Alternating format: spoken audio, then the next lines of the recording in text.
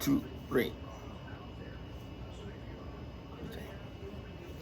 Good morning.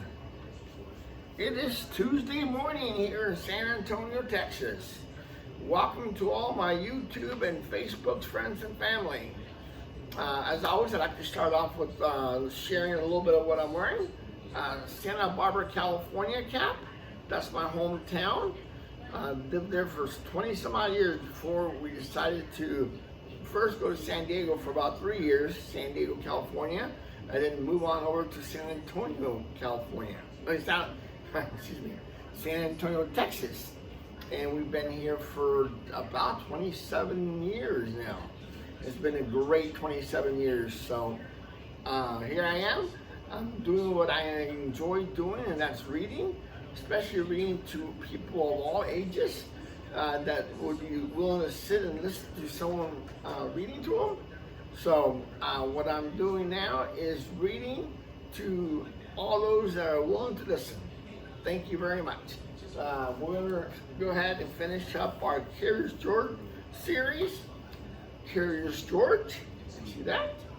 We're going to go ahead and finish up the last story. There was 8 stories, and this is the 8th of 8th. Curious George in the big city. There's a picture of George in a subway. Busy subway in the big city. This is George. He lived with his friend, the man with the yellow hat. He was a good little monkey and always very curious. Therefore, we call him Curious George. Today, George was in the big city. Let's stop here, George, his friend suggested. I would like to get a holiday surprise before we see the sights. He wants to do a little shopping. He just got out of the yellow taxi and going to go into the mall to do some, it looks like Christmas shopping. All right, he had his Christmas trees in the window. George loves surprises. He wanted to get a surprise for the man with the yellow hat too. Why, here was a whole pile of surprises, all ready to go. Would one of these be right for his friend? George was curious. Let me lower the TV just a little bit. Look at that. He opened a box and peeked inside. The box was empty. That was not a good surprise. George opened another box and another. They were all empty. Suddenly, the store clerk came running by. "Stop, please," he cried. "You're ruining my display." See, it was a display with empty boxes. They do that in different stores, most stores actually. And where there's a big giant tree, they put some fake empty boxes wrapped up, making them look nice and pretty. So you gotta be careful with that. Okay, so he's ruining his display. "Stop," he says. But George did not want to stop. He wanted to go. He wanted to get away fast. Quickly, he climbed on the escalator. George went up. The clerk went up too. What George wanted now was his friend. What luck! George spotted a yellow hat on the escalator going down. Could that be his friend?